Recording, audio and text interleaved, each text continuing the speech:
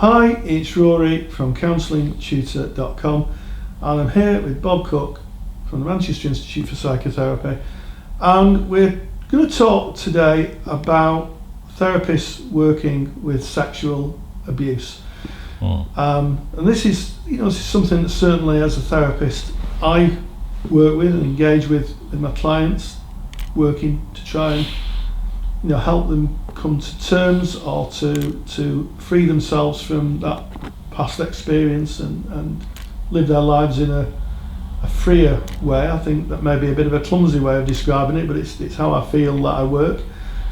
Bob has actually written a paper and a treatment plan. Yes, I have. Many years ago I've written extensively about working with sexual abuse, and I thought today it would be quite a good idea to put this on a video so that you've got my ideas. This is my own treatment plan, my thoughts about how you work with sexual abuse and cumulative trauma, Sure. Which is what I really call it. So that's why we're here today. Sure, and I think just before we go on to hear this piece of work and Bob's ideas, just a little kind of thought process for those people out there. If you are a therapist and you're working with clients who have been sexually abused, good supervision is really essential. Yes, really essential. And if you're a student, and I think that as someone who trains counsellors, it is one of those milestones that learners hit on their practice life, where they'll come into the case discussion groups that we have, supervision groups, and they'll say, I've got a client who's been sexually abused.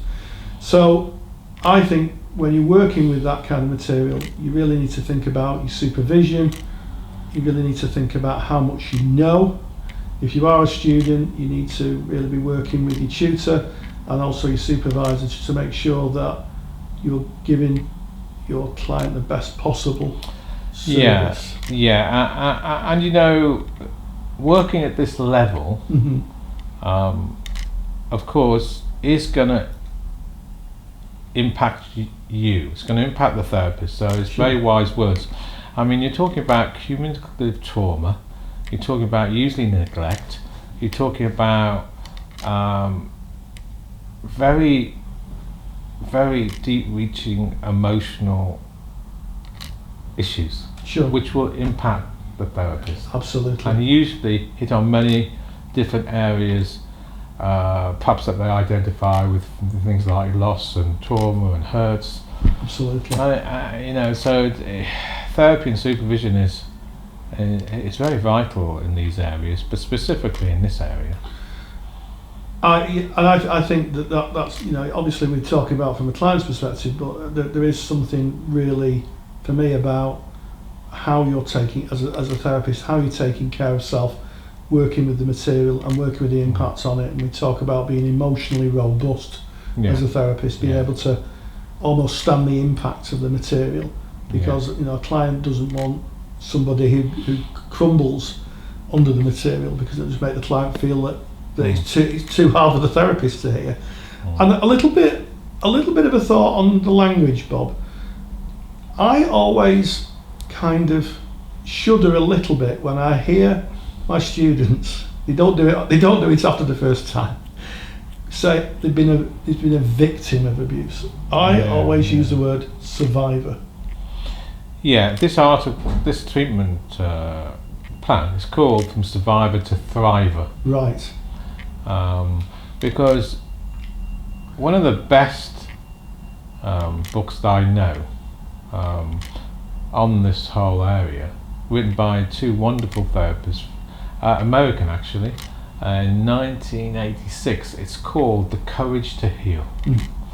And it's a fantastic book, and we really are talking about courage. Yes. We are talking about people who are the opposite of victims.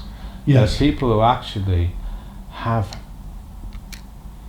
really found their will and their spirit in a big way. So courage is a really big. So it's survivors. It's surviving and thriving and taking back their life. Yeah. And I think that, you know, if I have a client who is a father of abuse, you know, I'm always thoughtful. I will say to them about the courage that they're showing. Absolutely. It cannot be underestimated. And No. Maya Angelou, the American poet, said, without courage you cannot practice any other virtue consistently. And I think that goes for the therapist as well as the client, you know, being courageous, working with the material.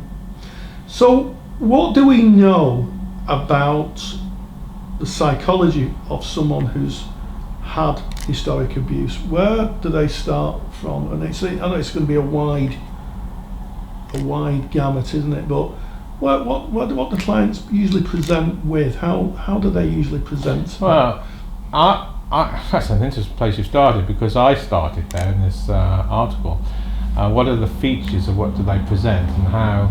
And I'm going to give you a few. Okay. So, you know, people who present with sexual abuse issues, there's a wide range of presentations.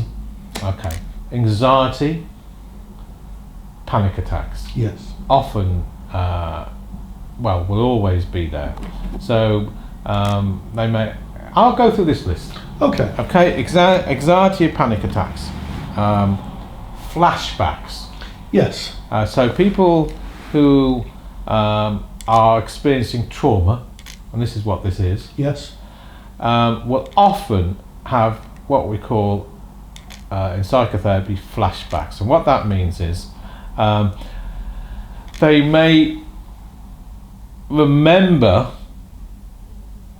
elements, parts, experiences, or even full detail of the abuse, and it may flash back by something that's been triggered in the present. Yes. Now flashbacks come in different forms.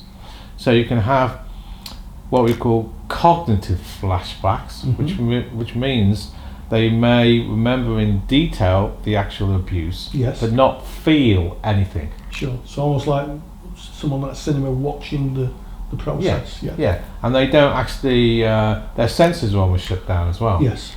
Okay.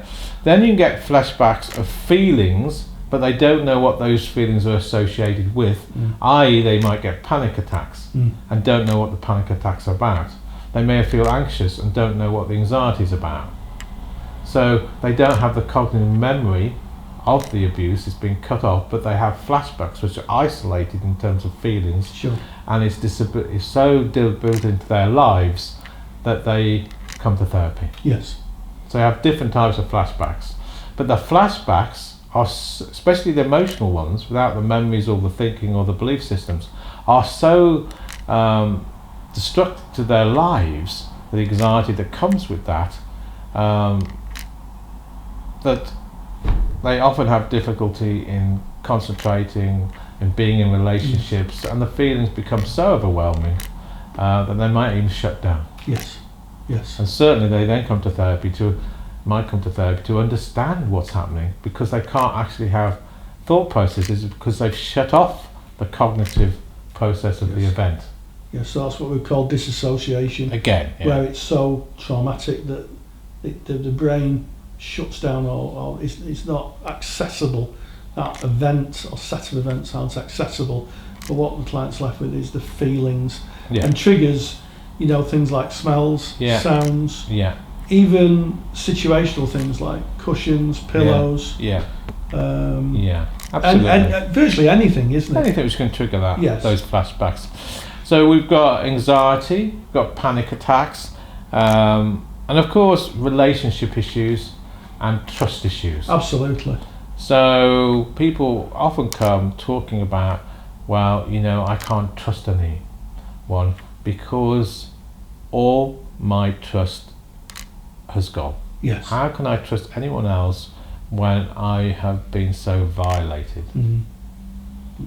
Yes. So they might say in relationships they can't have intimacy, they aren't able to commit, they aren't able to be in long-term relationships, they aren't able to believe in anyone again, and they cannot trust. Yes. So how can they maintain long-term relationships in an authentic way when they aren't able to trust anyone again? Yes. There's a really big central issue, don't trust. because of what's happened to them. Yes. So it's like a survival instinct, isn't it? Don't trust.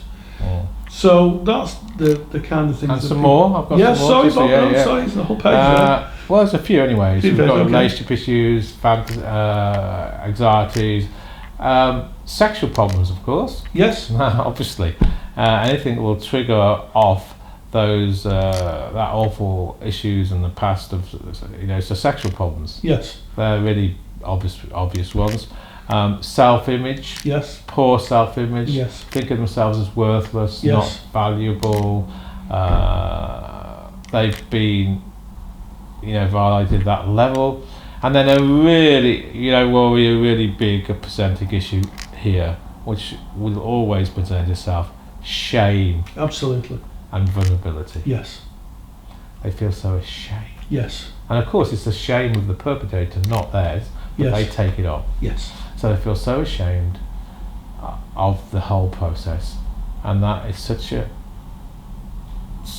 big running through thread of anybody who's been abused sexually. So that's a really important thing, which I'm going to talk about later. Okay. Yes. But rage, terror, anger, fury, all these issues that we're talking about, they will present with. Yes. And all those rage, anger, fury, they're all the kind of masks of fear, aren't they? When people are frightened, people usually go to those positions as a way of defending themselves. So we've got a good idea, an overview of how they will present. How they'll present. So let's go through this 5-stage treatment plan. Okay. First stage, and we might say the most important, is how you build a working relationship with that person, because this person will be so wary of talking about themselves. They will be, rightly so, not trusting at a fundamental level, even though they so want to trust and so want to tell their story to be understood, to be actually validated, to be given the opportunity to find themselves again. But yes. of course their trust has been so taken away. How can they then trust? So this is a really important stage that the therapist needs to concentrate on, building up a working relationship where the person can start to begin to believe that someone wants to hear them and wants to honour them and trust them. Yes. And that stage goes all through the psychotherapy treatment plan, but you need to really concentrate on it at the beginning, and that means things like helping them talk for the first time, helping them just do things like describing what their life has been like, to listening to them, to believing them, yes. to honour their own history, which they may never have been with a person who's done that before. Yes. To build up that real, authentic, trusting relationship needs time, and you will do that very solidly at the beginning before you do anything else. The building blocks of the relationship are so important, because without that fundamental trust between the client and therapist, nothing will be nothing useful. You do not go to problem solving at this stage. No, I mean, I'm emphasising that. Yes. Because this is a being part of the relationship, yes. not a doing part. Yes. And we talk about many, many sessions. Yes. Now, of course, when somebody comes with such real hurt, the human response is to want to help. Yes. To problem solve, to take the pain away. Yes. But actually, the therapy is the opposite. Yes. It's to hear their pain. Yes. To embrace their beingness, to honour their violations, to be in an authentic relationship so they can trust somebody. And that is not about taking the pain away, and it's not about problem solving. It's about being there. Yes. And that's obviously something you feel very passionate about. Yeah, because without that, this won't work. Yes. So there's a lesson right immediately. Yeah, it won't work. It won't work. Yeah. If you move to problem solving, you'll miss the person. Yes. Yes. And in this sort of work, this is vital that you have a relationship, those building blocks from the beginning. And it's called building up the working relationship, and it may take many, many, many early sessions. How do you know it's finished? You don't. Actually, you don't. You don't. The best you've got is that the person begins to trust you, that they can talk to you, that they can show you their pains, their vulnerabilities, and then you can think, well, maybe I'm on the right track. Yes. But that's what you spend time on before you go anywhere else, and that's the first stage of this treatment plan. Yes. And how do you build a relationship? Listening to them, inquiring about their history, talking about their hurts, listening to their feelings, not taking all that away. No. Validating. Yes. Client. Absolutely validating clients. Number one, that's the working relationship. Yes. That is what you're doing. So if we say that's in place, and as you say, it might take many sessions to build that level of trust. If we say that the therapist and the client, it feels that that's in place, what's the next stage? Where do we go from there? Okay, number two. Right. I feel I should have this on a whiteboard written up. Anyway, and perhaps you can put it into captions. You said you might kindly do it. Maybe we'll put some captions up. Yeah. We've had one, working relationship. Right. Number two, what I call retrieval of memory work and exploring the past. Right.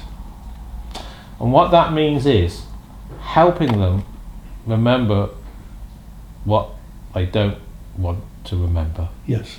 but so desperately need to. Now, the way you're going to do that is what in the integrative relational world is called, and it's a long word, it's called phenomenological inquiry. So, there's two types of inquiry. An inquiry means simply how you ask questions, but you don't ask them with closed questions, you inquire in an open way. Things like, well, how was that for you? So it's an inquiring question, not a closed question. And a closed question demands a yes and no answer. An inquiring question is an open question which gives permission for them to talk. Yes.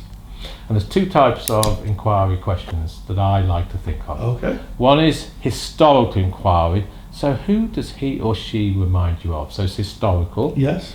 And the other one is what I'm going to call phenomenological inquiry, which is facilitating them to talk about the phenomena of their experience in the present. So they bring the past into the present. Yes.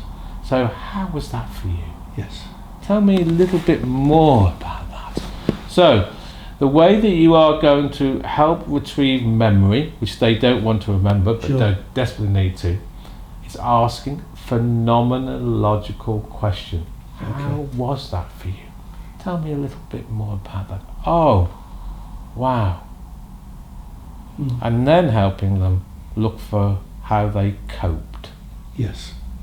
And I think just phenomenology is the philosophy of felt experience. To put it in a nifty nutshell, it's how it's not a cognitive process. No. It's how we feel. So phenomenology. If you want to do your study, Merleau-Ponty is your man for that. The French philosopher of the 60s. Oh yes. Big influence on Rogers.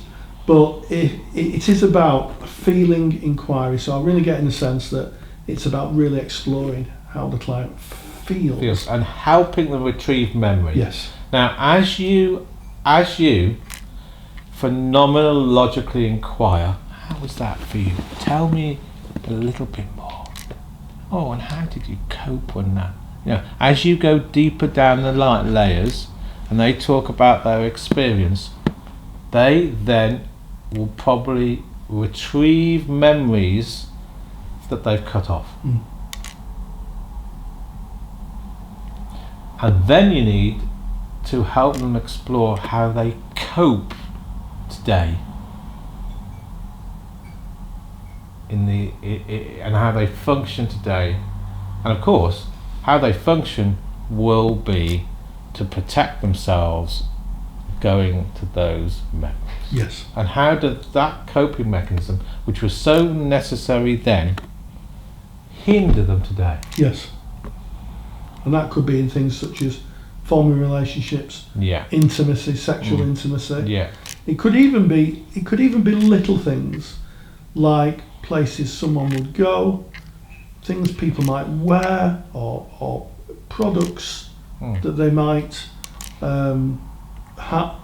not buy, anything that could remind them. Yes, absolutely. So as you do this, you're going to move to the third stage. Now, as I'm talking, I don't want you to see this treatment plan as linear. It's more like circular. So you might go into one stage, out to the other stage. So we aren't talking about one stage ends, then you go to the next stage. That's a rough guide because I need to write the article. But it's more like we go, like in and out of phases. But the third phase, if you want to write it linearly, though clinically this won't happen linearly, will be what I call the emergency phase, because as they start talking about their past, as they do the retrieval of memory work, as they start to talk about the coping decisions, they are going to be flooded with feelings. Yes. That's what I'm talking about, the emergency phase. So when that starts to happen, this is the stage when you might need to offer 2 sessions a week, where you might need to offer contact phone support, where you might need to actually be available much more than you normally would, for them to be able to regulate and understand what's happening to them. Sure. And I think an important part of this is how that's contracted, isn't it? Very good. Yeah. And I think if there's students watching this, they might be thinking 2-week phone numbers, having my phone number, and I think that this, it just goes. I think for me, it kind of shows that, for some clients, they will need a more experienced therapist. You need to be trained in this. Yes, yeah, absolutely. And I also, I strongly believe that if you are going to offer your private number, you need to be able to set boundaries. I know a lot of therapists have a therapy-only phone, which is just for clients, which they can turn off. And of course, you talk to your supervisor a lot in this. Absolutely. Stage. That's the bit. Yes. So you're not working in isolation. No. You're having actual support. You're getting how to work in this area.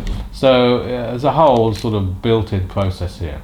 Now, this is a phase which will last some time as they start to connect their feelings with their thoughts, with their coping decisions, and then the ne's stage.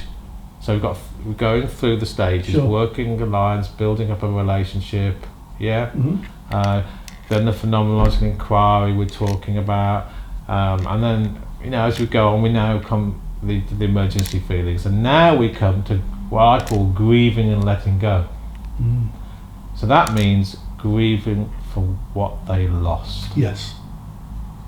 And there we are, still very much into feelings, letting go of the hurts, letting go of their maybe parts of their lost childhood, and to take ownership of today. Now that's a whole phase in itself. Helping them grieve for what could have been, helping them explore their fantasies, not only of how life could have been, but also how life is today. So it's exploring their fantasies, their disappointments, their dreams, and letting go of that so they can move on. Absolutely.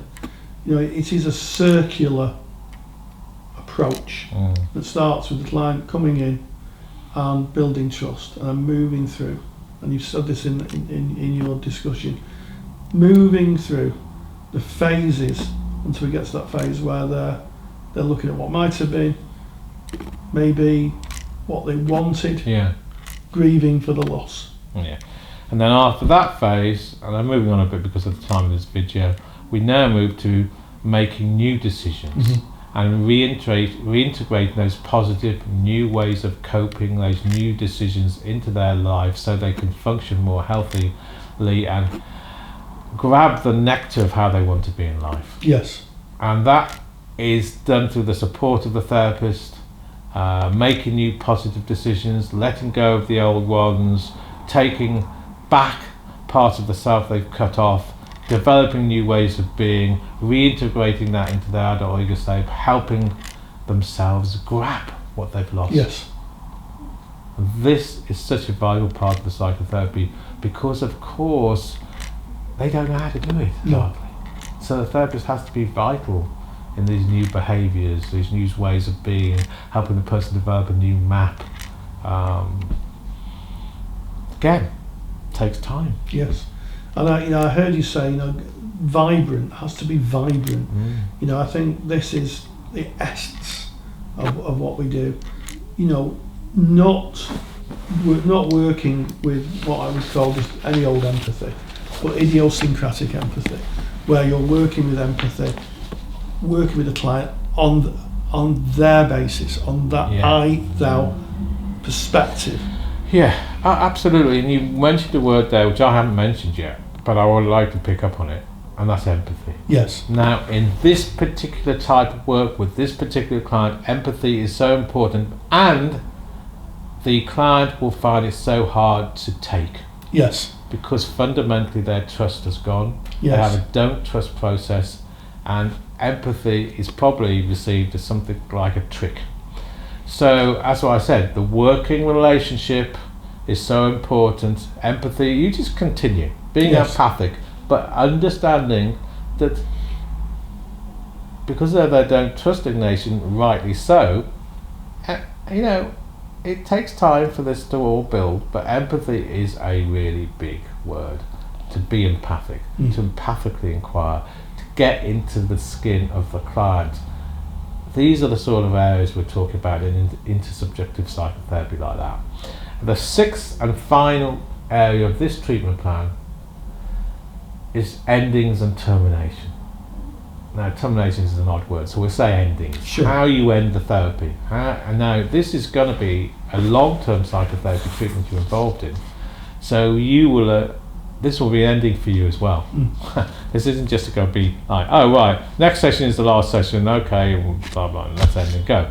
No, this is about how a person completes. How you need to plan an ending, because you need to talk about why you've come, what you've achieved, the victories you've achieved, the support mechanisms you're going to have in when you leave the therapy. You need to have time to honour the victory, the roads that you've both gone yourself. So you aren't talking about a one session ending here, you're talking about planned 3, 4, 5, 6 session ending. So you can build all these things in place. So you have working alliance. Yes. Building up trust, phenomenological inquiry, historical inquiry, okay, leading to retrieval and memory work, leading to helping the person take back parts of their memory, and with that comes feelings and thoughts. That then leads usually to what we call the emergency phase, where they start to get hold of their feelings, start to get hold of their memories, start to get hold of their shame, their vulnerability. Then moving on to redecisions, new ways, coping mechanisms, how you're putting that into life. So we're starting to get a complete treatment planning leading up to endings and terminations. So from a beginning to an end.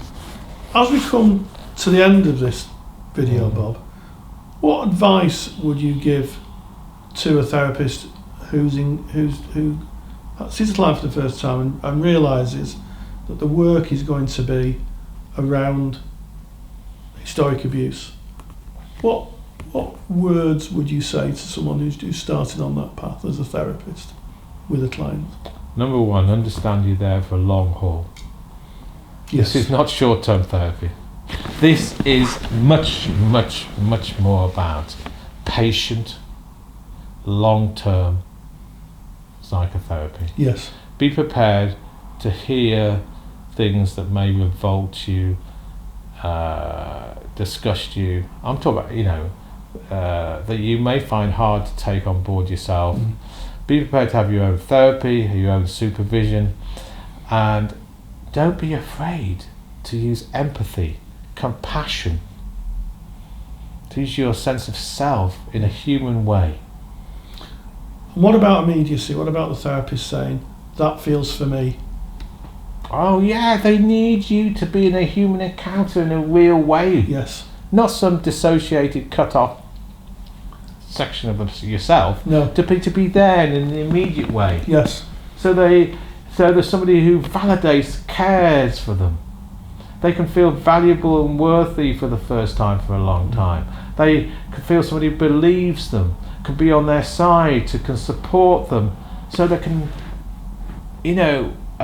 start to talk about these feelings, these thoughts, which they probably haven't felt about and thought about for such a long time. You might be the first person they've talked to. Absolutely. Absolutely. So you need to be a real person with them. Absolutely. Compassion. Yes. Empathy. Being human. All these human things. Yes. Yes. I'd agree, Bob. Thank you so much for sharing that treatment plan. I think I'll end this video by kind of making the observation that when I hear treatment plan, I always think of something quite medical, but actually I think in this case this is about a structure of how to work with the client. And yes, absolutely. I've just one thing I do want to say. Yes. It just reminded me, and that's just 1 minute. Yes. To talk about touch. Yes.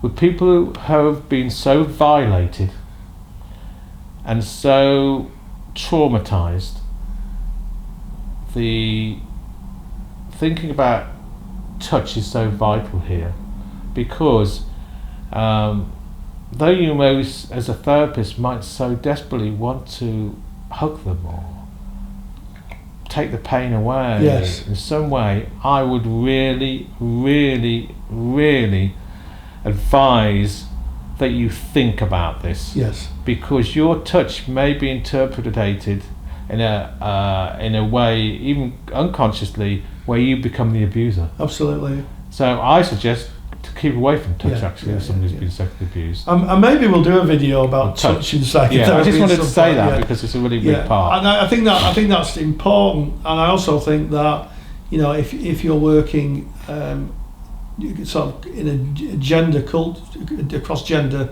way, if I'm working with a female client or you've got a female therapist working with a male client, these things have to really be factored in. Yeah, I just want to say this because viewers might misheard me. I don't mean you become the abuser. No. I mean that the client, it triggers something in the client. Yes. So even though this is intentioned by you, yes, what it can trigger in the client at a psychological level is another story. Absolutely. And we have to be careful, to make sure clients live their own stories. Yes. Stories that we write for them by inadvertently guiding them in a way that drives that. So what we'll do is we'll put a link to the Counselling Tutor Library in the bottom so that people can retrieve that document. Yeah, I'll put it in the library. One plea, if you are a student and you're working for the first time with someone who is presenting with issues of abuse, use your tutorial group, use your supervisor, use your journal if you've got if you're writing a journal, which you should do, and also you may need to access your own therapy quite quickly. Yeah, you know what I like about this video, and I like about you, Rory, is that you put in an emphasis on protection. Yes. And I think that's so important. And let's remember that these types of clients have been unprotected. Yes. They don't know themselves usually how to protect themselves because that's been taken away from them. Absolutely. So it's really nice to hear you put such an emphasis on protection. Yes. So a rather long video. I hope that if you stuck with it, you've found it useful. Yes. I found it incredibly useful. I've learned so much just sitting here listening to Bob. And as always, thank you for watching. Thank you. Yeah, thank you for watching. Bye-bye.